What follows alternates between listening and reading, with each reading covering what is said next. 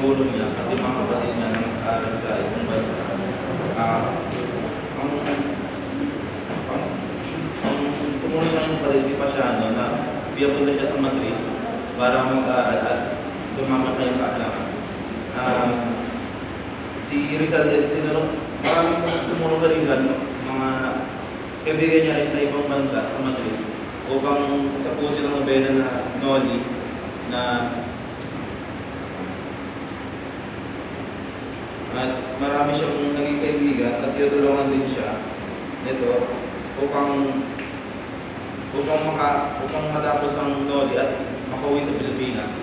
Nung umuwi siya sa Pilipinas, maraming kapwa Pilipino ang gusto pumatay sa kanya, pero ang mga ilan ay tinulungan siya upang makaalis sa Pilipinas.